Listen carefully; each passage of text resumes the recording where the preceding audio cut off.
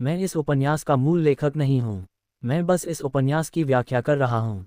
तो चलिए वीडियो शुरू करते हैं। अध्याय 131 पशु सम्राट का अचानक आगमन। आश्चर्य नहीं कि उसे इस पर संदेह हुआ। यहाँ तक कि ग्रीन क्लाउड संप्रदाय के वे शिष्य भी, जो शहर की दीवार पर खड़े थे और जिन्हें कार्रवाई करने का समय नहीं मिला था, उनके लिए भी इसे स्वीकार करना कठिन था। डिंग परिवार के मुखिया, डिंग परिवार के सबसे शक्तिशाली प्रतिभाशाली युवा, डिंग वानपिंग और डिंग परिवार के कई कुशल कनिष्ठ सदस्य, इन सब की संयुक्त कोशिशों के बाद भी उनकी उपलब्धियां जियान फान की तुलना में आधी भी नहीं थी। ऐसी कहानी पर भला कौन विश्वास करेगा? ये सुनकर जियान फान ने इत्मीनान से एक बीस्ट कोर उठाया और उसे अपनी थैली में डाल लिया। फिर उसने एक भावहीन नजर उस पर डाली और कहा, धोखाधड़ी। हाँ हाँ, मैंने राक्षसी पशुओं से बात की थी और उनसे कहा था कि वे चुपचाप खड़े रहें और मेरे हाथों मारे जाने का इंतजार करें। अब संतुष्ट हो? डिंग शुहुई ने निराशा के साथ डिंग वानपिन की ओर देखा। कोई प्रतिद्वंद्वी पर धोखाधड़ी का आरोप लगाने के लिए कितना मूर्ख हो सकता है? यह कोई खेल प्रतियोगिता नहीं थी, ये राक्षसी पशुओं के साथ आमने सामने की जंग थी। यहाँ धोखाधड़ी की बात कैसे हो सकती है? हारना कोई मुद्दा नहीं था, हार को शालीनता से स्वीकार न कर पाना वास्तव में अपमानजनक था। उन्हें डिंग वानपिन की इस हरकत पर शर्म महसूस हुई। हालांकि जियान फान के प्रदर्शन के बारे में उनके मन में भी कुछ विचार आए। उन्होंने माथे पर बल देते हुए कहा, मैंने इसके बारे में नहीं सोचा था।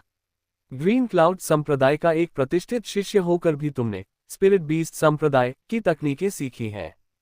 अगर ग्रीन क्लाउड संप्रदाय के मास्टर को पता चला तो तुम सजा से नहीं बच पाओगे।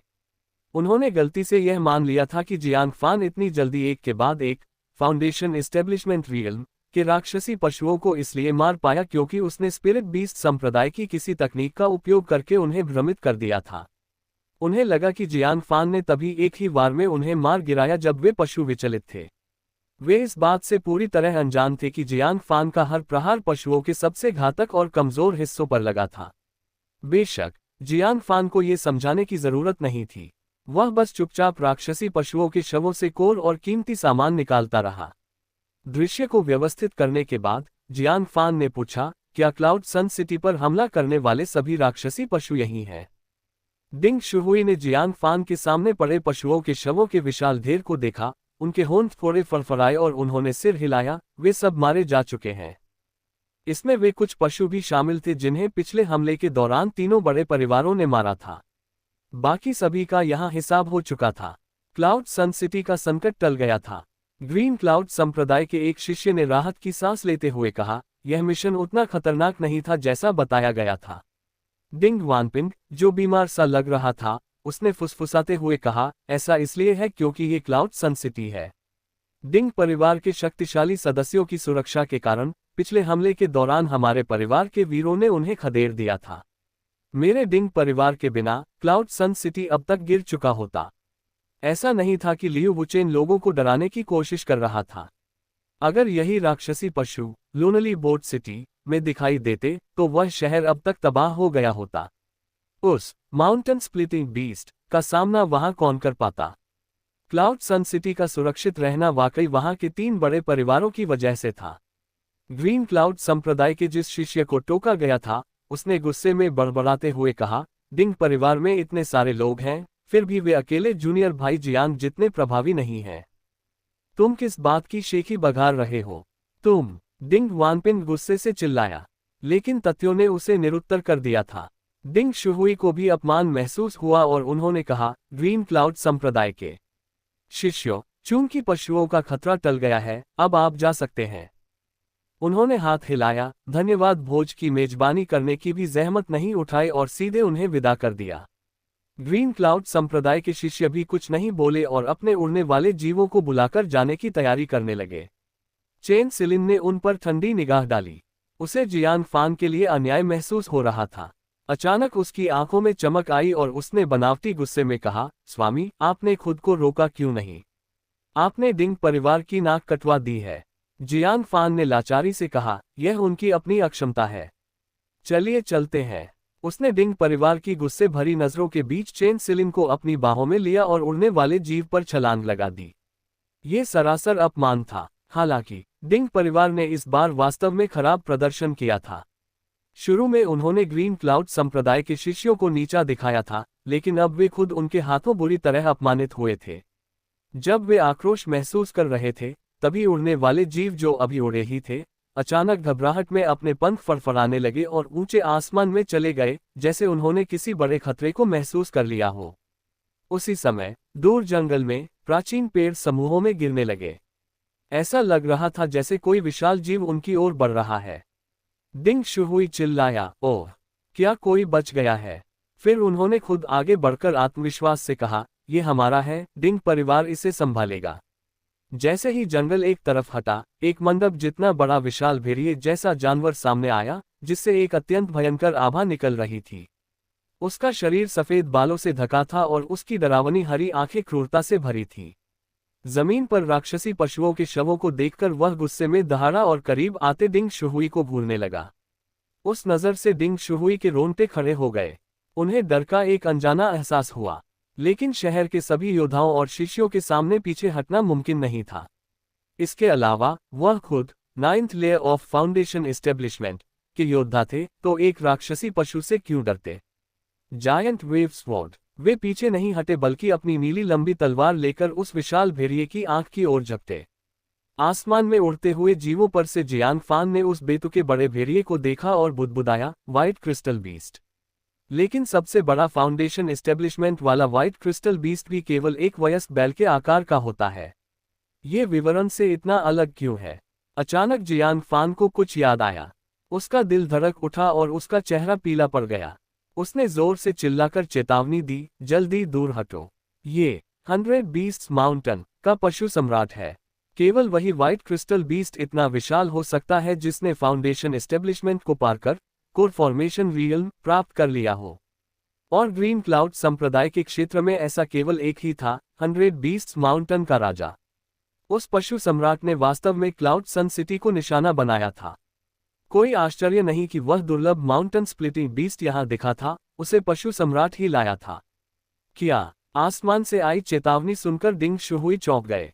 ये वह जीव था जिससे ग्रीन क्लाउड संप्रदाय के बड़े बुजुर्ग भी कतराते थे। ये जानकर उनका संतुलन बिगड़ गया और उनकी आध्यात्मिक शक्ति अव्यवस्थित हो गई। उनके तलवार के प्रहार की शक्ति 30% कम हो गई। परिणाम स्वरूप वे पशु को घायल नहीं कर पाए बल्कि उसे और भी क्रोधित कर दिया। दहाड़! सफेद क्रिस्टल पशु ने अपनी ध्वनि शक्ति का इस्तेमाल किया। डिंग शुहुई झटके से पीछे जा गिरे और उनके कानों से खून बहने लगा। उन्होंने खून की उल्टी की और उनका शरीर शहर की दीवार से जा टकराया। जब लोगों ने उन्हें उठाया तो पाया कि उनका सीना अंदर धंस गया था। वे गंभीर रूप से घायल थे। सिर्फ एक वार में शहर के शीर्ष 3 विशेषज्ञों में से एक का ये हाल हो गया। हर कोई कांपने लगा। पूरे दृश्य पर एक भयानक डर छा गया। ये पशु सम्राट है, कोर फॉर्मेशन रियल्म का बीस्ट किंग। भागो! भीड़ घबराकर इधर उधर भागने लगी। लेकिन एक क्रोधित पशु सम्राट को भला शहर की दीवारें कैसे रोकती? उसने छलांग लगाई और आसानी से दीवार पर चढ़ गया। वह दीवार से शहर के भीतर इंसानों को ऐसे देख रहा था जैसे किसी भेड़ के बारे में भूखा भेड़िया। लेकिन जब सबको लगा कि वह शहर में कूदेगा, वह अचानक मुड़ा और दीवार का सहारा लेकर हवा में उछल गया। उसका खून का प्यासा मुंह आसमान में उड़ रहे ग्रीन क्लाउड संप्रदाय के शिष्यों की ओर बढ़ रहा था। अध्याय 132 पशु सम्राट का पीछा। उड़ने वाले जीवों पर सवार ग्रीन क्लाउड संप्रदाय के शिष्यों ने इसकी उम्मीद नहीं की थी। सभी जीव घबरा गए और चारों दिशाओं में बिखरने लगे। जियांग फान और चेन सिलिन का उड़ने वाला जीव गलती से पास के एक अन्य जीव से टकरा गया। उनका संतुलन बिगड़ गया और वे हवा में गोते खाने लगे। जियांग फान ने समय रहते जीव की गर्दन पकड़ ली, लेकिन चेन सिलिन इतनी फुर्ती नहीं दिखा पाई और सीधे नीचे गिर गई। वह ठीक व्हाइट क्रिस्टल बीस्ट के खुले हुए भयानक जबड़े के सामने जाकर गिरी। धत तेरे की! जियांग फान दहाड़ा और नीचे कूद गया। उसने तुरंत मोके स्टोन वॉल से सीखी हुई एक अर्थ लेवल की खंडित तकनीक का इस्तेमाल किया। Shattering star 3 extremes army breaking. उसकी शक्तिशाली आध्यात्मिक शक्ति अपनी सीमा तक सिमट गई और एक ठोस की बांध बनकर निकली। एक पल में वह चेन सिलिन की बांह को छूते हुए गुजरा और सीधे सफेद क्रिस्टल पशु के मुंह में जा धंसा। पुफ! ये पृथ्वी स्तर की एक उंगली की तकनीक थी, जो आधा मीटर मोटी पत्थर की दीवार को आसानी से छेद सकती थी। कोर फॉर्मेशन रियल्म का वह पशु सम्राट चाहे कितना भी शक्तिशाली क्यों न हो, उसका कोमल गला इस वार को कैसे सह पाता। बाण उसके गले को चीरते हुए गर्दन के दूसरी तरफ से खून के फव्वारे के साथ बाहर निकल गया। दहाड़, सफेद क्रिस्टल पशु दर्द से कराह उठा। उसका विशाल शरीर आसमान से नीचे गिरा, जिससे जमीन जोर से कांप उठी। जियान फान ने इस मौके का फायदा उठाकर चेन सिलिन को हवा में ही थाम लिया। फिर वह शहर की ऊंची दीवार पर चढ़ा और छतों के रास्ते तेजी से शहर के भीतर भागने लगा। भागते हुए कुछ योद्धाओं ने मुड़कर ये दृश्य देखा और दंग रह गए। फाउंडेशन एस्टेब्लिशमेंट की चौथी परत के एक मामूली शिष्य ने पशु सम्राट को घायल कर दिया था। शहर में कोहराम। हालांकि सफेद क्रिस्टल पशु अब पूरी तरह से आग बबूला हो चुका था। उसकी खून जैसी लाल आंखें जियान फान पर टिक गईं। एक शक्तिशाली छलांग के साथ वह जियान फान की ओर लपका। जियान फान को अपने पीछे एक विशाल साया महसूस हुआ। पशु के मुंह की सड़ांध सीधे उसके चेहरे पर लगी। उसके रोंगटे खड़े हो गए, मौत उसके सिर पर मंडरा रही थी। ऐन वक्त पर उसने बिना पीछे देखे अपनी काली तलवार निकाली और पीछे की ओर एक जोरदार प्रहार किया। Splitting light sword. शक्ति जुटाने का समय नहीं था, इसलिए उसे स्वॉर्ड हॉट एनाग्रेविंग के पहले रूप का उपयोग करना पड़ा। जैसे ही तलवार निकली, हवा में हलचल मच गई। अत्यंत तीक्ष्ण स्वॉर्ड की पीछे आ रहे पशु से टकराई और एक गरजता हुआ विस्फोट हुआ। चेन सिलिन का शरीर कांप गया और उसके कानों में साया साया होने लगी। पशु को उम्मीद नहीं थी कि इस मामूली इंसान के पास दूसरी अर्थ लेवल तकनीक भी होगी। विस्फोट से उसके शरीर के बाल उड़ गए और डरावनी सफेद हड्डियां दिखने लगी, जिन पर गहरी दरारें पड़ चुकी थीं। इस वार ने उसकी हड्डियों और नसों को चोट पहुंचाई थी और उसे दीवार से नीचे गिरा दिया था। इसका फायदा उठाकर जियान फान दीवार फांदकर शहर के अंदर कूद गया। दहाड़, सफेद क्रिस्टल पशु का सिर खून से सन गया था, जिससे उसका चेहरा और भी भयानक लग रहा था। उसने जियान फान को पहचान लिया और उसका पीछा करते हुए शहर में घुस गया। उसके एक कदम से घर मलबे में बदल रहे थे। जियान फान ने पीछे मुड़कर देखा और उसके पसीने छूट गए। वह एक कोर फॉर्मेशन रियल्म का जीव था। वह अकेला उसका सामना कैसे कर सकता था। स्वार्थ और साहस। जियान फान ने दांत भींचे और एक गली में मुड़कर चेन सिलिन को एक आंगन में सुरक्षित छोड़ दिया। फिर वह छत पर चढ़ा ताकि पशु को शहर से बाहर ले जा सके। अगर वह शहर में रहता तो बेगुनाह लोग मारे जाते। घायल पशु नफरत से भर चुका था और जियान फान के पीछे दौड़ पड़ा। जियान फान ने सॉलिटरी वाइल्ड गूज शैडो तकनीक का इस्तेमाल किया, जिससे उसकी गति कई गुना बढ़ गई। हालांकि वह पशु जितना तेज नहीं था, पर तुरंत पकड़े जाने से बच रहा था। भागते हुए वह डिंग परिवार के पास पहुंचा। बुरी तरह घायल डिंग शुहुई ने जब पशु को अपनी ओर आते देखा तो वह पीले पड़ गए और चिल्लाए, दरवाजा बंद करो, जल्दी दरवाजा बंद करो। जियान फान को इस पशु सम्राट को यहां मत लाने दो। डिंग परिवार ने तुरंत गेट बंद कर लिए। जियान फान का चेहरा गुस्से से काला पड़ गया। वह आगे भागा। रास्ते में सभी परिवारों ने अपने दरवाजे बंद कर लिए। स्वार्थी मूर्खों का झुंड। जियान फान बेहद निराश था। अगर सब एकजुट होते तो वे इस पशु को भगा सकते थे, लेकिन उनके डर ने पशु को तबाही मचाने की छूट दे दी थी। तभी एक भव्य हवेली से एक सफेद बालों वाला बुजुर्ग बाहर निकला। उसने धनुष ताना और पशु पर तीर छोड़ते हुए चिल्लाया, राक्षसी जीव, क्या तुझे लगता है कि क्लाउड सन सिटी में तुझे रोकने वाला कोई नहीं है? लेकिन तीर पशु की खाल से टकराकर गिर गया। बुजुर्ग ने जियान फान से कहा, नौजवान, यहाँ से 10 मील पूर्व में एक झील है, ये जीव पानी से डरता है। जियान फान की आंखों में चमक आ गई, लेकिन 10 मील की दूरी सुनकर उसका दिल बैठ गया। उसकी गति इतनी नहीं थी कि वह इतनी दूर जा सके। अंतिम मुकाबला। अंततः वह शहर से बाहर निकलकर पूर्व की ओर भागा। 3 मील बाद ही पशु ने पीछे से उस पर छलांग लगा दी। जियान फान चौंक गया, पर वह तैयार था। उसने अपनी सबसे शक्तिशाली तकनीक का इस्तेमाल किया जो उसने बचाकर रखी थी। स्वॉर्ड हॉट एनाग्रेविंग का तीसरा रूप, हेवन एंड अर्थ स्टारफॉल। एक पल में जियान फान के आसपास की हवा उबलने लगी। जमीन की धूल कई मीटर ऊंची उठी और आसपास के पेड़ पौधे राख बन गए। ये विनाशकारी शक्ति थी। सफेद क्रिस्टल पशु अब सतर्क था। उसने अपनी गर्दन सिकोड़ी और अपने पैरों को ढाल बना लिया। उसके बाल कांटेदार चूहे की तरह खड़े हो गए। लेकिन उसने इस तकनीक की ताकत को कम आंका था। पूरा संसार शांत हो गया। एक भयानक गूंजते हुए विस्फोट के कारण पशु को कुछ सुनाई नहीं दे रहा था। अगले ही पल उसकी पीठ में असहनीय दर्द हुआ। विस्फोट के धक्के ने उस विशाल जीव को दर्जनों मीटर दूर फेंक दिया। जब धूल छटी तो पशु ने पीछे मुड़कर देखा और सदमे से उसकी सांसें थम गईं। अध्याय 133 हेवनली मैकेनिज्म पवेलियन के महान महारथी। पशु सम्राट की पीठ पर अब सफेद बाल नहीं बचे थे। वहां केवल मांस का एक लहूलुहान लोथड़ा और डरावनी सफेद हड्डियां दिखाई दे रही थीं। पसलियों के नीचे के अंग तक साफ दिख रहे थे। बस थोड़ी सी कसर और बाकी थी, वरना वह वार उसके शरीर के आर पार हो गया होता। व्हाइट क्रिस्टल बीस्ट मौत के मुंह से बाल बाल बचा था। जब उसने दोबारा जियान फान की ओर देखा तो उसकी आंखों में सावधानी थी, लेकिन उससे कहीं ज्यादा जहरीली नफरत भरी थी। उसने अपने अगले पंजों से जमीन खुरचनी शुरू की और उसके मुंह से एक निरंतर गुर्राहट निकलने लगी। उसके चारों ओर एक अजीब सी काली चमक फैलने लगी। जियान फान का दिल धड़क उठा। ये व्हाइट क्रिस्टल बीस्ट का अंतिम कौशल था, डेथ शैडो। सक्रिय होने पर इसकी गति बेजोड़ हो जाती थी। बिना किसी राक्षसी शक्ति के भी इसकी गति इतनी तीव्र थी कि इसके पंजे किसी भी दिव्य शस्त्र को आसानी से काट सकते थे। समान स्तर के योद्धाओं के पास इसके सामने केवल दो विकल्प होते थे, भाग जाओ या मर जाओ। तीसरा कोई रास्ता नहीं था। लेकिन जियान फान के पास भागने का कोई मौका नहीं था। शूश! व्हाइट क्रिस्टल बीस्ट एक अदृश्य काली परछाई में बदल गया और पलक झपकते ही जियान फान के सामने पहुंच गया। उसने अपना मजबूत पंजा जियान फान के सीने की ओर चलाया। इस वार से जियान फान के कई टुकड़े होना तय था। हालांकि पशु सम्राट ने अचानक महसूस किया कि जियान फान उतना घबराया हुआ नहीं था जितना उसने सोचा था। इसके विपरीत उसके चेहरे पर उत्साह की एक लकीर थी। साथ ही उसने देखा कि जियान फान की काली तलवार की जगह अब एक बैंगनी चमक वाली लंबी तलवार आ गई थी। इस तलवार ने उसे गहरे डर से भर दिया।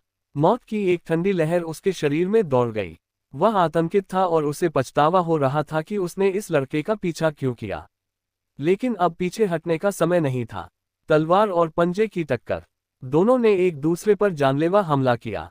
ठक करक, एक पल में पशु का पंजा जियान फान के सीने से टकराया, लेकिन जियान फान की पर्पल स्वॉर्ड ने उसके पंजे को बीच से काट दिया। वह कठोर पंजा पनीर की तरह कट गया। खून की धार बह निकली और पशु दर्द से कराह उठा। दूसरी ओर जियान फान उस जबरदस्त प्रहार से उड़कर एक प्राचीन पेड़ से जा टकराया। उसके मुंह से खून निकला, लेकिन उसका सीना सुरक्षित था। उसके फटे हुए कपड़ों के नीचे एक चमकती हुई मेरिडियन मिस्टीरियस आयरन आर्मर दिखाई दे रही थी। ये देखकर कि जियान फान सुरक्षित है जबकि उसने अपना एक पैर खो दिया है, पशु सम्राट गहरे डर में डूब गया। वह बदला लेने की हिम्मत नहीं जुटा पाया और लंगड़ाते हुए पूर्व की ओर भाग निकला। जियान फान ने अपना खून पोंछा और ठंडी आवाज में कहा, अब जब तुम घायल हो तो मैं तुम्हें खत्म करके ही दम लूंगा। रहस्यमयी आगंतुक। घायल होने के बावजूद पशु सम्राट बहुत तेज था। वह एक झील के पास पहुंचा और छिपने के लिए जगह ढूंढने लगा। तभी ऊपर से एक बुजुर्ग आवाज आई, हो 100 बीस्ट्स माउंटेन का राजा इस हालत में कैसे पहुंच गया। पशु ने ऊपर देखा तो एक विशाल काले बास पर एक बुजुर्ग और एक जवान लड़की सवार थे। लड़की ने गुलाबी रंग का शानदार लिबास पहना था और उसकी पीठ पर एक ग्रीन स्वॉर्ड थी। बुजुर्ग एक दाओवादी साधु की तरह लग रहे थे, जिनके पास बागुआ दर्पण था। पशु कांपने लगा। उसे महसूस हुआ कि ये बूढ़ा व्यक्ति किसी गहरी खाई के राक्षस जैसा भयानक है। गुलाबी कपड़ों वाली लड़की ने कहा, यह जरूर ग्रीन क्लाउड संप्रदाय के किसी बड़े का काम होगा। बुजुर्ग ने भी सिर हिलाया। वे हेवनली मैकेनिज्म पवेलियन से आए थे और संप्रदाय के मास्टर लियू से मिलने जा रहे थे। लड़की उत्साहित थी क्योंकि वह लियू किंगजियन को दोबारा चुनौती देना चाहती थी। पिछले साल उनका मुकाबला बराबरी पर रहा था, जो उसे बर्दाश्त नहीं था। बुजुर्ग मुस्कुराए, जल्दबाजी मत करो, पहले इस पशु सम्राट का काम तमाम कर देते हैं। इसे ग्रीन क्लाउड संप्रदाय के लिए एक छोटा सा उपहार समझो। उन्होंने अपना हाथ हिलाया और पशु पर वार किया। पशु सम्राट घायल होकर दूर जा गिरा, लेकिन अपनी जान बचाकर भागने लगा। तभी जंगल से बैंगनी रोशनी की एक कड़क चमकी। वह रोशनी पशु के शरीर को चीरती हुई निकल गई और उसके दो टुकड़े हो गए। बुजुर्ग चौंक गए, इतनी शक्तिशाली स्वॉर्ड की, क्या ये हुआंग झांतियान है? पूरे संप्रदाय में केवल वही ऐसा कर सकते हैं। वे उत्सुकता में नीचे उतरे। बुजुर्ग जोर से हंसे, पुराने दोस्त हुआंग, तुम्हें ये शिकार मेरे साथ बांटना होगा। लेकिन वे अपनी बात पूरी नहीं कर पाए। गुलाबी कपड़ों वाली लड़की भी हक्की बक्की रह गई, क्योंकि जंगल से बाहर आने वाला व्यक्ति हुआंग झांतियान नहीं था। अध्याय 134 भारी भूल। लेकिन इसके बजाय वह एक युवक था। बुजुर्ग और गुलाबी पोशाक वाली लड़की दोनों दंग रह गए। जिस व्यक्ति ने हमला किया था वह हुआंग झांतियान नहीं बल्कि एक बहुत ही कम उम्र का युवक था। क्या अभी अभी हुआ भयानक प्रहार वास्तव में इसी युवक ने किया था? जियान फान ने कुछ डर के साथ उन दोनों को देखा, विशेष रूप से उस बुजुर्ग को। अभी कुछ देर पहले ही उसने दूर से बुजुर्ग का वार देखा था जिसने पशु सम्राट को लगभग मार ही डाला था। जियान फान अच्छी तरह जानता था कि वह जीव कितना सख्त था, वह खुद उसे घातक चोट नहीं पहुंचा पाया था। फिर भी इस बुजुर्ग ने लापरवाही से अपना झाड़ू जैसा हॉस्टेल विस्क हिलाया और उसे अधमरा कर दिया। ये शक्ति डरा देने वाली थी। इससे पहले कि वह कुछ बोल पाता, बुजुर्ग ने खुद पूछा, तुम कौन हो? जियान फान ने एक पल सोचा, फिर कागज और कलम निकाली और 3 शब्दों में लिखा, ग्रीन क्लाउड संप्रदाय। अधिक जानकारी उजागर करने से बचने के लिए उसने अपने पुराने तरीके पर लौटने और गूंगा होने का नाटक जारी रखने का फैसला किया। असंभव, लड़की ने दृढ़ता से कहा, ग्रीन क्लाउड संप्रदाय में तुम्हारे जैसा शक्तिशाली शिष्य कब से होने लगा? पशु सम्राट को घायल करना और फिर एक ही वार में उसके 2 टुकड़े कर देना। मुझे संदेह है कि कुछ बुजुर्ग भी ऐसा कर पाएंगे। बुजुर्ग ने जियान फान को गौर से देखा और मन ही मन सोचा, क्या तुम ग्रीन क्लाउड संप्रदाय के कोई नए बने बुजुर्ग हो? उन्होंने सुना था कि संप्रदाय के सोल मास्टर लंबी उम्र और सुंदरता के लिए विशेष गोलियां बनाते हैं। क्या ये युवक वास्तव में कोई अधेड़ उम्र का बुजुर्ग हो सकता है जिसने ऐसी गोलियां खाई हो? केवल यही एक तर्क था जो उसके युवा चेहरे और अविश्वसनीय शक्ति की व्याख्या कर सकता था। जियान फान एक पल के लिए चकित रह गया। अच्छा हुआ उसे खुद कोई बहाना नहीं बनाना पड़ा, बुजुर्ग ने खुद ही उसके लिए तर्क ढूंढ लिया था। जियान फान ने सिर हिलाया और लिखा, हाँ यह सही है। क्या मैं पूछ सकता हूं कि आप कौन हैं? उसने पलटकर सवाल किया। बुजुर्ग मुस्कुराए और बोले, तुम मुझे नहीं पहचानते, ये साबित करता है कि तुम नए नियुक्त हुए बुजुर्ग हो। मैं यू यूनिजी हूँ, हेवनली मैकेनिज्म पवेलियन के 4 उप पवेलियन मास्टर्स में से एक। क्या? जियान फान का दिल दहल गया। उसने सोचा भी नहीं था कि वह इतनी बड़ी हस्ती से टकरा जाएगा। कोई आश्चर्य नहीं कि उन्होंने सिर्फ एक झटके में बीस्ट किंग को ढेर कर दिया था। उसने तुरंत झुककर प्रणाम किया। गुलाबी पोशाक वाली लड़की ने उसे संदेह से देखा, इतनी कम उम्र का नया बुजुर्ग, तुम्हारी तलवारबाजी इतनी शक्तिशाली कैसे है? उसकी नज़र जियान फान की पीठ पर कपड़े में लिपटी तलवार पर पड़ी। इससे पहले कि वह कुछ और पूछती, यू यूनिजी ने उसे हल्के से डांटा, अभद्र मत बनो। दूसरों के मार्शल आर्ट्स के बारे में पूछताछ करना वर्जित है। फिर उन्होंने जियान फान से माफी मांगी, यह नानगोन शियाओयुन है। यह अभी छोटी है और शिष्टाचार की कमी है, कृपया इसकी बातों का बुरा न माने। बेशकीमती खजाना, जियान फान ने लिखकर प्रस्ताव दिया, ये पशु सम्राट बुजुर्ग ने मारा है, इसलिए इस पर आपका अधिकार है। क्या मैं सिर्फ इसका मॉन्स्टर कोर ले सकता हूं? वह अपनी सीमा जानता था। यू यूनिजी की मदद के बिना वह इसे नहीं मार पाता। यू यूनिजी उसकी ईमानदारी से प्रसन्न हुए और बोले, तुम इसे पूरा रख सकते हो, मुझे इसकी जरूरत नहीं है। जियान फान बहुत खुश हुआ। उसने तुरंत अपनी काली तलवार से पशु का पेट चीरा और मुट्ठी के आकार का एक बर्फ जैसा सफेद मोती निकाला। ये वास्तव में एक पूर्ण कोर फॉर्मेशन रियल्म का कोर था। इसकी कीमत 10,000 क्रिस्टल से भी अधिक थी। ये देखकर नानगोन शियाओयुन चिढ़ गई। उप पवेलियन मास्टर, मैं भी इस जीव से कुछ सामग्री लेना चाहती हूँ। उसने गुस्से में अपने पैर पटके। यू यूनिजी ने उसे अनुमति दे दी। लड़की लाश के पास गई लेकिन उसे समझ नहीं आ रहा था कि कीमती क्या है। उसने उसके स्टील जैसे सफेद बालों को देखा और उन्हें उखाड़ लिया, ये सोचकर कि ये रक्षात्मक कवच बनाने के काम आएंगे। जियान फान चुप रहा। उसे पता था कि बालों से कहीं ज्यादा कीमती चीज कहीं और है। वह पशु के सिर के पास गया और उसकी पन्ना जैसी हरी आंखें निकाल ली। किताब के अनुसार ये आंखें सबसे कीमती हिस्सा थी। इन्हें थोड़ा परिष्कृत करने पर ये उच्च श्रेणी के जादुई हथियार गेल पर्ल्स बन जाते हैं। जैसे ही जियान फान ने उन्हें हाथ में लिया और अपनी आध्यात्मिक शक्ति डाली, उसके चारों ओर एक काला बवंडर बन गया। उसने एक हल्का कदम बढ़ाया और पलक झपकते ही 10 झांक दूर पहुंच गया। ऐसा लगा जैसे वह गायब होकर दूसरी जगह प्रकट हुआ हो। यू यूनिजी, जो अब तक शांत थे, ये देखकर उछल पड़े। ये कौन सी तकनीक है? उन्होंने गौर से देखा और चिल्लाए, गेल पर्ल्स, क्या ये वही मशहूर मोती हैं? जब उन्होंने दोबारा लाश को देखा तो उनकी आंखें फटी रह गईं। क्या ये एक व्हाइट क्रिस्टल बीस्ट है? इसमें तो राक्षसी सम्राट का रक्त है। ये सबसे दुर्लभ जीवों में से एक है। उन्हें एहसास हुआ कि वे मोती अनमोल थे। पिछली बार जब वे बिके थे तो उनकी कीमत 10,000 क्रिस्टल लगी थी। यू यूनजी जैसे बड़े पद के व्यक्ति के लिए भी इतना बड़ा खजाना छोड़ना मुश्किल था। जब उन्होंने जियान फान को वे मोती अपनी जेब में रखते देखा तो उन्होंने उसे रोकने के लिए हाथ उठाया, लेकिन फिर याद आया कि उन्होंने खुद ही यह जीव उसे दान में दिया है। वे बेबसी से अपना हाथ वापस खींच लिए और अपना दिल मसोसकर रह गए। उनसे इस पशु सम्राट की पहचान करने में भारी चूक हो गई थी। अध्याय 135 लोहे का फौलाद न बन पाना। हालांकि सफेद क्रिस्टल पशु पर अभी भी कई मूल्यवान भाग बाकी थे। यू यूनजी अपना वादा तोड़कर उन्हें खुद नहीं उठा सकते थे, लेकिन वे नानगोन शियाओयुन से ऐसा करवा सकते थे। नानगोन शियाओयुन को अभी भी बड़े चाव से भेड़िए के बाल उखाड़ते देख यू यूनजी का मुंह टेढ़ा हो गया। लोग सबसे कीमती हिस्से ले गए और तुम अभी भी बाल उखाड़ रही हो।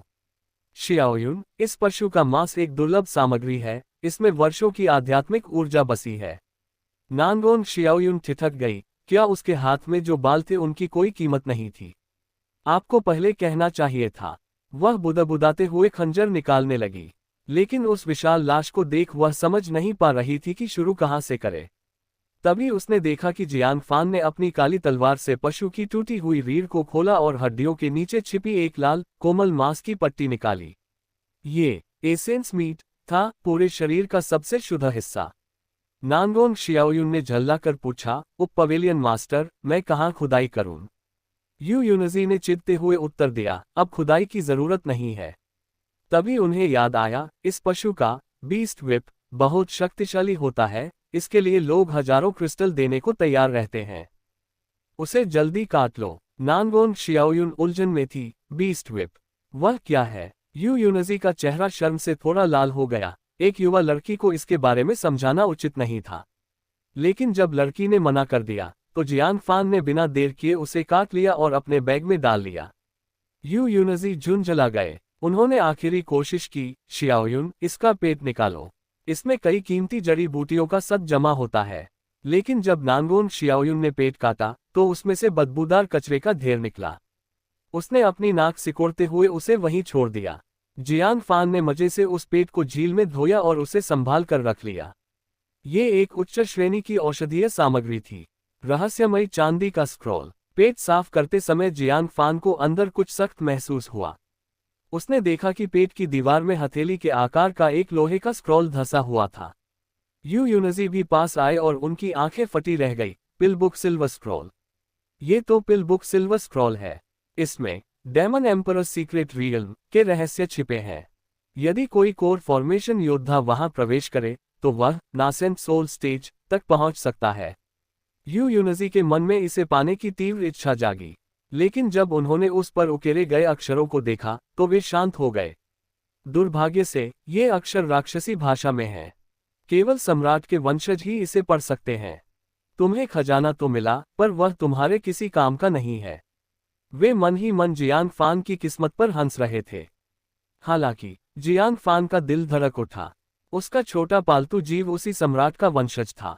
वह इसे जरूर पढ़ पाएगा। उसने चुपचाप उसे छिपा लिया और बुजुर्ग को धन्यवाद लिखा। यू यूनजी की मुस्कुराहट गायब हो गई। उन्हें एहसास हुआ कि जियान फान ने चालाकी से बीस्ट किन के सभी कीमती हिस्से हथिया लिए थे। वे गुस्से में अपनी सवारी पर बैठे और नानगोन शियाओयुन को लेकर वहां से चले गए। क्लाउड सन सिटी में वापसी। जब जियान फान डिंग परिवार के गेट पर पहुंचा तो उसे चेन सिलिन के रोने की आवाज सुनाई दी। वह डिंग परिवार से जियान फान को बचाने की भीख मांग रही थी। डिंग वानपिंग मन ही मन खुश था। जियान फान की मौत का मतलब था कि वह अब शहर का सर्वश्रेष्ठ शिकारी था। उसने चेन सिलिन का मजाक उड़ाते हुए कहा, वह अब तक पशु सम्राट के पेट में होगा। शायद वह अब तक मल बनकर बाहर भी निकल गया हो। हा हा हा। चेन सिलिन ने नफरत से कहा, अगर जियान फान जिंदा होता तो तुम उसके जूते उठाने के लायक भी नहीं होते। ये सुनकर डिंग वानपिंग भड़क गया। उसने हाथ उठाकर चेन सिलिन को एक जोरदार थप्पड़ मारा। हरामजादी, मरने के बाद भी तू उसका पक्ष ले रही है। अगर हिम्मत है तो उसे वापस बुला ले। धमाका। उसी पल दरवाजा जोर से खुला। एक काली रोशनी चमकी और जियान फान पलक झपकते ही डिंग वानपिंग के सामने आ खड़ा हुआ। अध्याय 136 अंतिम पागलपन।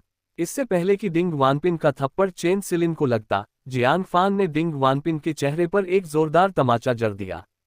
आयरन ब्लड थ्रू स्क्रिप्चर के अभ्यास के कारण जियान फान का शरीर किसी साधारण व्यक्ति से कहीं अधिक शक्तिशाली था।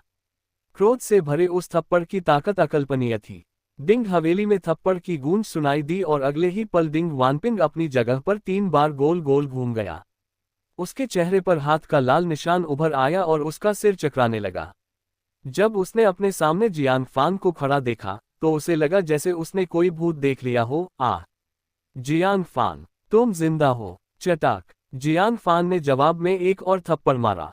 इस बार डिंग वानपिन के मुंह और नाक से खून बहने लगा। मेरी स्त्री पर हाथ उठाता है, तू मौत को दावत दे रहा है। जियान फान ने गुस्से में उसके पेट पर लात मारी और उसे जमीन पर पटक दिया। तभी चेन सिलिन होश में आई। वह खुशी से झूम उठी और जियान फान के गले लगकर फूट फूट कर रोने लगी। मुझे लगा तुम मर गए। ओह, जियान फान ने उसके आंसू पोंछे और मुस्कुराते हुए कहा, वह पशु सम्राट मुझे नहीं मार सका। अपमान और अहंकार। डिंग वानपिन जलती हुई जलन और दर्द से बिलबिला उठा। वह खड़ा हुआ और दहाड़ा, जियान फान, डिंग परिवार में रहकर मुझ पर हमला करने की तेरी हिम्मत कैसे हुई? मैं डिंग परिवार का यंग मास्टर हूं, जिसे मास्टर किन ने खुद चुना है। जियान फान ने चेन सिलिन को खुद से अलग किया और ठंडी नजरों से डिंग वानपिन को देखा। क्या तुम हमेशा मेरे साथ मुकाबला नहीं करना चाहते थे? अभी यहाँ कोई नहीं है, क्या तुम में हिम्मत है? डिंग वानपिन ने गुस्से में अपनी काली तलवार निकाली। कुत्ते, 2 थप्पड़ मारकर तू मुकाबला करना चाहता है? मैं तुझे मार डालूंगा। वह चिल्लाया और तलवार लेकर जियान फान की ओर लपका। जियान फान की आंखें ठंडी हो गई। चलो अच्छा ही है। उसने अपनी काली तलवार निकाली। स्प्लिटिंग लाइट स्वॉर्ड, बिजली की कड़क जैसी स्वॉर्ड की निकली और एक धमाके के साथ डिंग वानपिन को तलवार समेत दीवार से दे मारा। दीवार में दरारें पड़ गईं और डिंग वानपिन खून की उल्टियां करने लगा। उसे विश्वास नहीं हो रहा था कि फाउंडेशन एस्टेब्लिशमेंट की 6ठी परत पर होने के बावजूद वह 4थी परत वाले जियान फान से एक ही वार में हार गया। उसने फिर से हमला करने की कोशिश की, लेकिन इस बार जियान फान ने बिना तलवार के ही वानरई ड्रैगन पाम का वार किया। डिंग वानपिन एक पेड़ से जा टकराया और बेदम हो गया। डिंग परिवार का क्रोध। तभी शोर सुनकर डिंग शुहुई और डिंग परिवार के अन्य शक्तिशाली सदस्य वहां पहुंचे। जियान फान को जिंदा देख वे दंग रह गए, लेकिन डिंग वानपिन की हालत देख डिंग शुहुई घबरा गए। डिंग वानपिन ने अपनी फजीहत का गुस्सा उन्हीं पर उतारा। तुम लोग अब आ रहे हो, जाओ और मास्टर किन को बुलाकर लाओ। उन्हें देखने दो कि डिंग परिवार मेरा कैसा अपमान कर रहा है। डिंग शुहुई को बहुत बुरा लगा। डिंग परिवार के मुखिया के रूप में यह उनके लिए बहुत बड़ा अपमान था, लेकिन मास्टर किन के डर से उन्होंने शांति से काम लेना चाहा। पर डिंग वानपिन चिल्लाता रहा, बकवास बंद करो। अगर मैंने मास्टर किन से शिकायत की तो डिंग परिवार को उनका समर्थन कभी नहीं मिलेगा। ये सुनकर डिंग शुहुई और डिंग परिवार के बुजुर्गों का खून खौल उठा। यह अभिमानी लड़का मास्टर किन के दम पर बेलगाम हो गया था। डिंग शुहुई ने अपने दांत भींचे और एक बुजुर्ग को मास्टर किन को बुलाने भेजा। डिंग वानपिन को बड़ी संतुष्टि महसूस हो रही थी। उसे लगा कि उसके एक शब्द पर बड़े बड़े बुजुर्ग नौकरों की तरह काम कर रहे हैं। उसने जियान फान की ओर देखकर गर्व से कहा, कुत्ते, देखा तूने, इसे कहते हैं हैसियत, इसे कहते हैं ताकत। तुझे क्या लगा कि कुछ चालाकी सीखकर तू डिंग वानपिन को चुनौती देगा? तेरी औकात नहीं है। वह उस समय खुद को क्लाउड सन सिटी का राजा समझ रहा था। जियान फान का चेहरा शांत था। उसने बस इतना ही कहा, यह अंतिम पागलपन है। अध्याय 137, किन वेन्युवान का आगमन। जियान फान लगभग पहले से ही देख पा रहा था कि किन वेन्युवान के आने के बाद वहां कैसा दृश्य होगा और अंत में डिंग वानपिन का क्या हश्र होगा। शक्ति होने पर ही तुम खुद को पागल कह सकते हो, डिंग वानपिन ने ठंडी मुस्कान के साथ कहा, बिना शक्ति के तुम सिर्फ एक विक्षिप्त हो। चेन सिलिन ने घृणा से अपनी भौहें सिकोड़ ली। पहली नजर से ही उसे डिंग वानपिन नापसंद था और अब वह उससे और भी नफरत करने लगी थी। काबिलियत के नाम पर कुछ नहीं, लेकिन अहंकार आसमान से भी ऊंचा। उसने भावहीन होकर कहा, सीनियर भाई डिंग, एक ही पीक के शिष्य होने के नाते मैं आपको सलाह देती हूं कि इतना अहंकारी होना बंद करें, वरना जैसा मेरे पति ने कहा, ये वास्तव में आपके पागलपन का आखिरी क्षण बन जाएगा। किन वेन्युवान भला डिंग वानपिन का पक्ष क्यों लेंगे? चेन सिलिन का दिमाग शीशे की तरह साफ था। उसने कड़ियों को जोड़ लिया था। किन वेन्युवान शायद जियान फान की सोल मास्टर वाली पहचान जानते थे और जियान फान व डिंग वानपिन के रिश्ते को लेकर गलतफहमी में थे। वे जियान फान पर एहसान करना चाहते थे। जब सच्चाई सामने आएगी तो डिंग वानपिन का यंग मास्टर पद पर बने रहना असंभव हो जाएगा। डिंग वानपिन की आंखों में क्रूरता चमक उठी। जियान फान का ये कहना एक बात थी, लेकिन चेन सिलिन भी यही कह रही थी। वह इतना शक्तिशाली और अधिकारवान हो चुका था, फिर भी चेन सिलिन उसे नीचा दिखा रही थी। यह असहनीय था। चेन सिलिन, बहुत हुआ, मैं जियान फान से कमतर कैसे हूँ? डिंग वानपिन दहाड़ा, वह सिर्फ थोड़ी बहुत दुष्ट तकनीक जानता है और किस्मत से मुझसे जीत गया। हैसियत के मामले में मैं डिंग परिवार का यंग मास्टर हूँ, वह क्या है? वह मेरी बराबरी कैसे कर सकता है? चेन सिलिन को डिंग परिवार का यंग मास्टर शब्द सुनकर सिर्फ विडंबना महसूस हुई। वह जिद्दी और पश्चातापहीन था। उसने खामोश रहना ही बेहतर समझा। उसकी यह उपेक्षा डिंग वानपिन के अहंकार को और अधिक भड़काने लगी। ठीक है, तो तुम मुझे नीचा समझती हो? डिंग वानपिन ने जियान फान की ओर खूंखार नजरों से देखते हुए कहा, तो फिर मैं तुम्हें दिखाऊंगा कि मैं तुम्हारे प्यारे मंगेतर के साथ क्या करता हूं। चेन सिलिन का चेहरा पीला पड़ गया। तुम क्या करने वाले हो? मैं चेतावनी दे रही हूं, कोई ओछी हरकत मत करना। डिंग वानपिन मुस्कुराया, मैं क्या करूंगा? जाहिर है, मैं उसे डिंग परिवार में ही रख लूंगा, यहाँ के पेड़ पौधों के लिए खाद बनने के लिए। डिंग परिवार में विद्रोह। चेन सिलिन ही नहीं, डिंग परिवार के सदस्य भी दंग रह गए। डिंग शुहुई ने जल्दी से कहा, वानपिन, बिना सोचे समझे मत बोलो। ग्रीन क्लाउड संप्रदाय के शिष्य को मारना, वह भी संप्रदाय के मास्टर के शिष्य को, ये विद्रोह से कम नहीं था। डिंग वानपिन ने उपेक्षा से कहा, जब मास्टर किन यहाँ है तो डरने की क्या बात है? वह बस एक बेकार शिष्य है, उसे मारने से क्या होगा? डिंग टियानक्सियांग, जो खुद को बहुत दबंग समझता था, उसे लगा कि डिंग वानपिन तो उससे भी आगे निकल गया है। उसने भी सलाह दी, वानपिन भाई की बात मानो। तुम दोनों की निजी दुश्मनी है, उसे कैसे भी सुलझा लो, बस जान मत लेना, वरना बड़ी मुसीबत आ जाएगी। डिंग वानपिन ने उसका मजाक उड़ाया, ओह, तो ये डिंग परिवार के पूर्व यंग मास्टर हैं। तुम्हारी क्या औकात है जो मुझे सलाह दे रहे हो? जरा खुद को देखो। डिंग टियानक्सिया का चेहरा गुस्से से लाल हो गया। डिंग वानपिन, ज्यादा मत उड़ो। चटाक। जवाब में डिंग वानपिन ने उसे जोरदार थप्पड़ मारा। उड़ तो तुम रहे हो, तुम्हारी हिम्मत कैसे हुई मुझसे इस तरह बात करने की? डिंग टियानक्सिया का गुस्सा फटने को था, लेकिन डिंग शुहुई ने उसे रोक लिया। तभी एक नौकर ने आकर खबर दी, मुखिया जी, मास्टर किन निवास पर पहुंच चुके हैं। ये सुनते ही डिंग शुहुई ने डिंग टियानक्सिया को दबाते हुए फुसफुसाया, टियानक्सिया, रुक जाओ, बड़े फायदे के बारे में सोचो। पागलपन का अंत। डिंग वानपिन को अपार आनंद मिल रहा था। उसने डिंग टियानक्सिया को थप्पड़ मारा और वह कुछ बोल भी नहीं पाया। उसने जियान फान की ओर देखा, अब मुझे कोई सलाह नहीं दे रहा।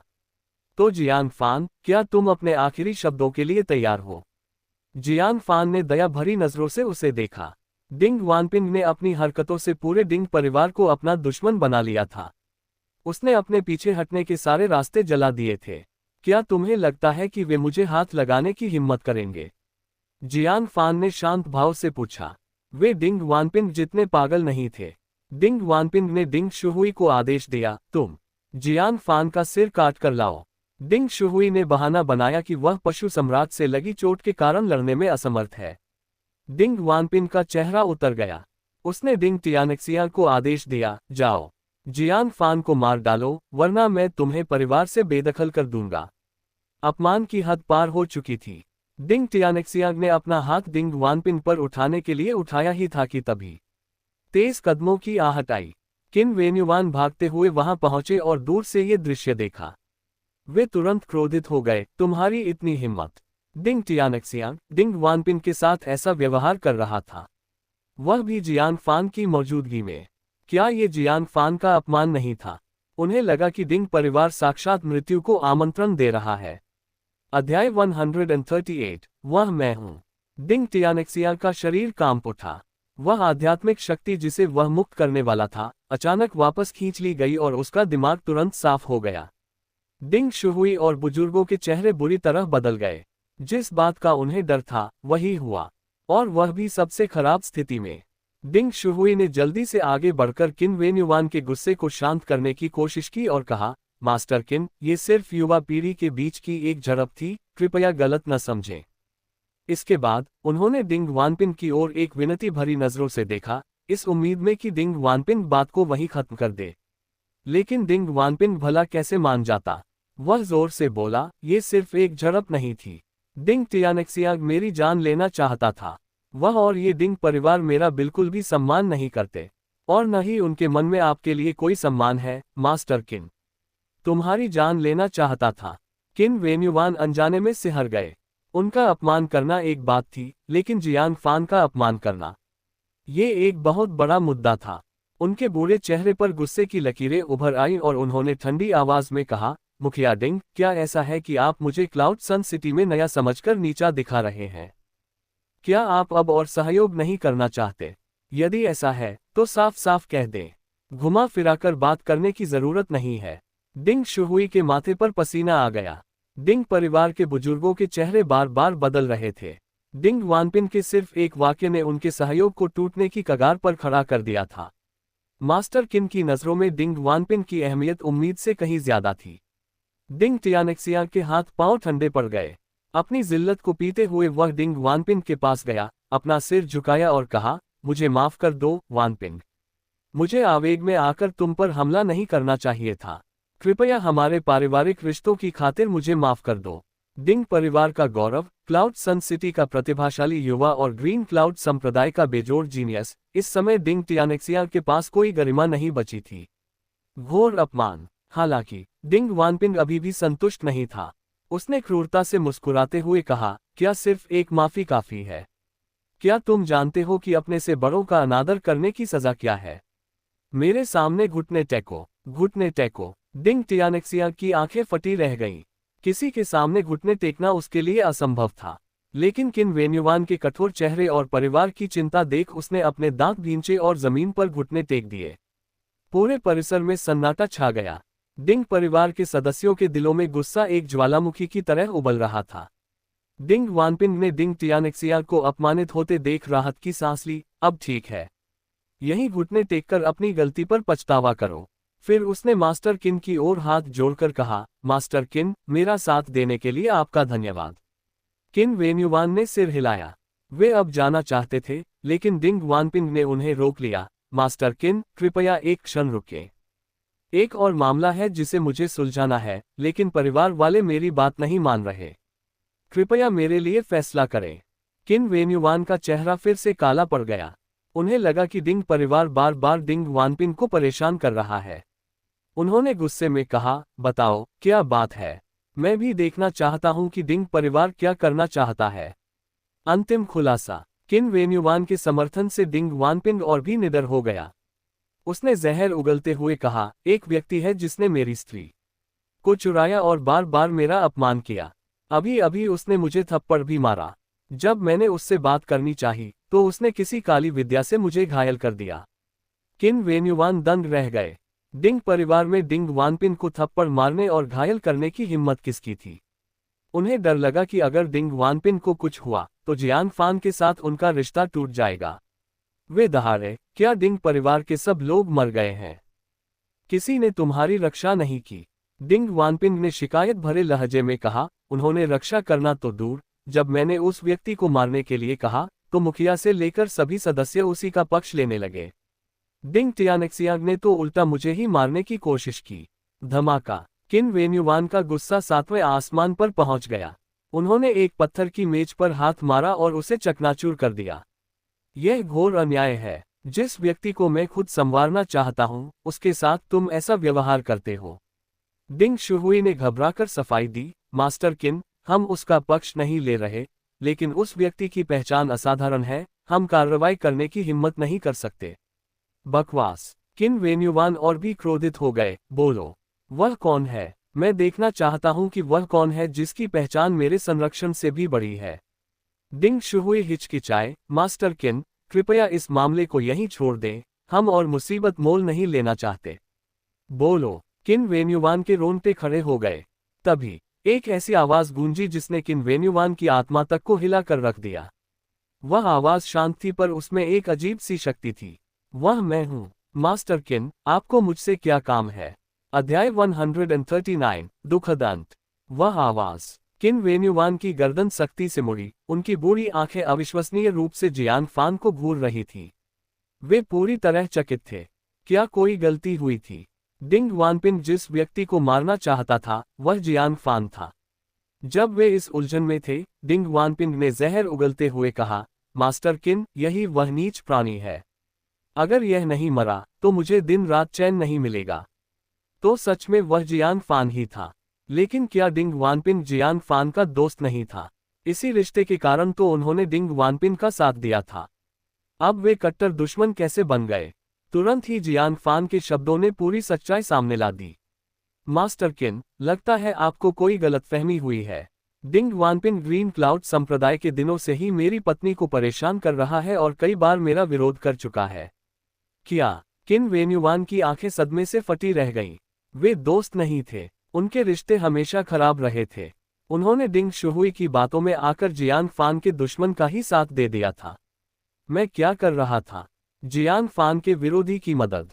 इस समय उन्हें खुद को थप्पड़ मारने का मन किया। जहां बाकी लोग जियान फान का पक्ष लेने के लिए तरस रहे थे, उन्होंने खुद अपने पैरों पर कुल्हाड़ी मार ली थी। उधर डिंग वानपिंग अभी भी अपनी शेखी बघार रहा था। जियान फान, अब डर लग रहा है। मास्टर किन मेरे साथ है, अगर तू आज यहां से जिंदा गया तो मैं अपना नाम उल्टा लिख दूंगा। चटाक।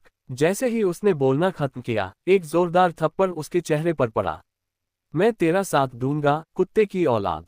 शांत रहने वाले किन वेन्युवान भी खुद पर काबू नहीं रख पाए और उसे गालियां देने लगे। किन वेन्युवान का प्रहार। ये थप्पड़ देखकर डिंग परिवार के सदस्य दंग रह गए। डिंग वानपिन भी सुन्न हो गया। अपना जलता हुआ गाल सहलाते हुए उसने पूछा, मास्टर किन, आप मुझे क्यों मार रहे हैं? आपको तो उस जियान फान को मारना चाहिए। अभी भी जियान फान का अपमान। किन वेन्युवान ने उसे फिर से एक जोरदार तमाचा जड़ा। नीच, मैं तुझे ही मार रहा हूं।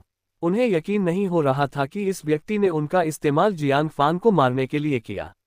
उन्होंने डिंग वानपिन को लात घूंसों से तब तक पीटा जब तक कि वे खुद थककर चूर नहीं हो गए। फिर उन्होंने डिंग शुहुई की ओर मुड़कर कहा, डिंग परिवार ने ऐसा एहसान फरामोश और बागी पाला है, और आप उम्मीद करते हैं कि मैं आपके साथ सहयोग करूंगा। आज से डिंग परिवार के साथ मेरे सारे संबंध खत्म। इतना कहकर वे गुस्से में वहां से चले गए। जियान फान के सामने अब उनके पास रुकने का चेहरा नहीं बचा था। डिंग परिवार का न्याय। डिंग वानपिन को एहसास हुआ कि मास्टर किन ने उसे त्याग दिया है। वह घबराकर उनके पैरों से लिपट गया, पर उसे सिर्फ एक जोरदार लात मिली। जब किन वेन्युवान चले गए, तो डिंग टियानेक्सियाग ने ठंडी मुस्कान के साथ पूछा, यंग मास्टर डिंग, अब मुझे और कितनी देर घुटने टेक कर रखना है? डिंग वानपिन का कलेजा कांप उठा। उसने डिंग टियानेक्सियाग को उठाने की कोशिश की, पर टियानेक्सियाग की आंखों में मौत का तांडव था। डिंग शुहुई ने भी ठंडे स्वर में कहा, मास्टर किन ने सही कहा, हमारे परिवार ने तुम्हारे जैसा जानवर कैसे पाल लिया। डिंग शुहुई ने जियान फान और चेन सिलिन से कहा, आप दोनों संप्रदाय वापस जा सकते हैं। डिंग वानपिंग अब संप्रदाय नहीं लौटेगा। डिंग परिवार को अब अपने आंतरिक मामलों को सुलझाना है। जैसे ही जियान फान और चेन सिलिन हवेली से बाहर निकले, अंदर से दिल दहला देने वाली चीखें सुनाई देने लगी। डिंग वानपिन के लिए मौत से भी बदतर सजा इंतजार कर रही थी। वापसी और मुलाकात। रास्ते में जियान फान ने लिन परिवार की हवेली में बीस्ट किन के मांस का एक टुकड़ा गिरा दिया, जिससे वहां के बुजुर्ग की खुशी का ठिकाना न रहा। दूसरी ओर किन वेन्युवान एक बार फिर अपना बोरिया बिस्तर समेटकर भाग रहे थे। उनके बेटे ने पूछा, अब हम कहाँ जा रहे हैं? किन वेन्युवान ने झुंझलाकर कहा, जितना हो सके उतना दूर। मुझे नहीं लगता कि मैं अब मास्टर जियान का सामना कर पाऊंगा। कुछ दिनों बाद ग्रीन क्लाउड संप्रदाय में मैदान में भीड़ जमा थी। जियान फान और चेन सिलिन को जिंदा लौटते देख सब हैरान थे। क्या? लोग तो कह रहे थे कि जियान फान को पशु सम्राट ने मार डाला। भीड़ में खड़ी शू यिनिन की आंखें जियान फान को देखकर चमक उठी। लेकिन जब उसने चेन सिलिन को उसके करीब देखा, तो उसके भाव बदल गए और उसने व्यंग्य भरे लहजे में कहा, कितने राक्षसों को मार डाला जो लौटने में इतनी देर लगा दी। अध्याय 140, प्रथम स्थान प्राप्त करना। जियान फान निरुत्तर था। उसने इस लड़की का क्या बिगाड़ा था? ग्रीन क्लाउड संप्रदाय में शामिल होने के बाद भी उसका मिजाज एक बिगड़ेल अमीर लड़की जैसा ही था। ठीक ठाक रहा, जियान फान ने लापरवाही से कहा। उसे नहीं पता था कि दूसरी टीमों ने कितने राक्षसों को मारा था, इसलिए उसे अंदाजा नहीं था कि उसकी उपलब्धियां दूसरों के मुकाबले कैसी थी। जियान फान में आत्मविश्वास की कमी देख शू यिनिंग ने राहत की सांस ली। उसे डर था कि कहीं जियान फान की किस्मत चमक न जाए और वह तांग टियानलोग से आगे न निकल जाए। सच में, शू यिनिंग ने गर्व से कहा, हमारा प्रदर्शन भी अच्छा रहा। हमने लोनली बोट सिटी में 5 राक्षसी पशुओं को मारा।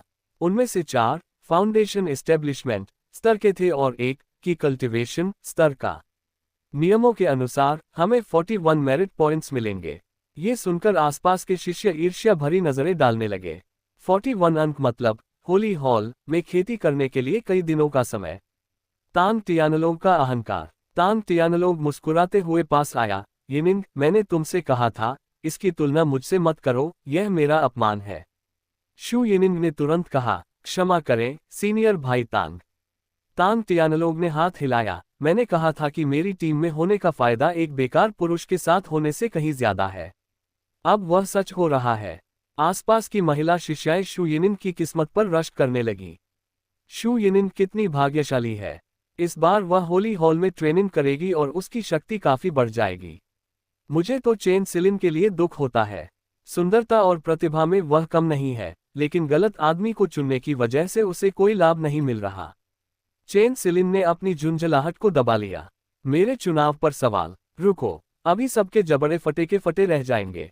उपलब्धियों का मिलान। तभी संप्रदाय के मास्टर लियू वुचेन पहुंचे।